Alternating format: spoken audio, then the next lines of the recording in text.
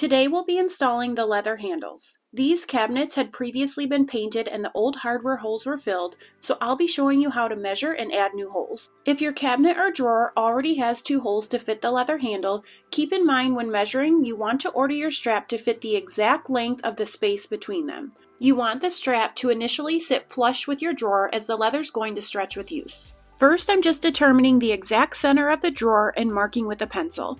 Then I'll place the center of the handle directly over the center of the drawer and double check that everything is level. Now using your pencil, mark both spots through the pre-drilled holes on the leather. For reference, I ordered these with a hole-to-hole distance of 5 inches. Next, I'm going in with a 3/16 drill bit and drilling straight through the drawer. Make sure your drawer is empty so as not to damage anything inside.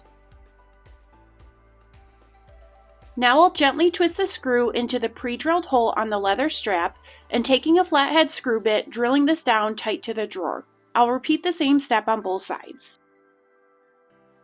Sometimes the flathead can be a little tricky to get in with the drill, so feel free to use a regular flathead screwdriver for this part. Next, I'll take the nut and washer that came with your handle and twist these onto the bolt on the inside of the drawer and tighten down.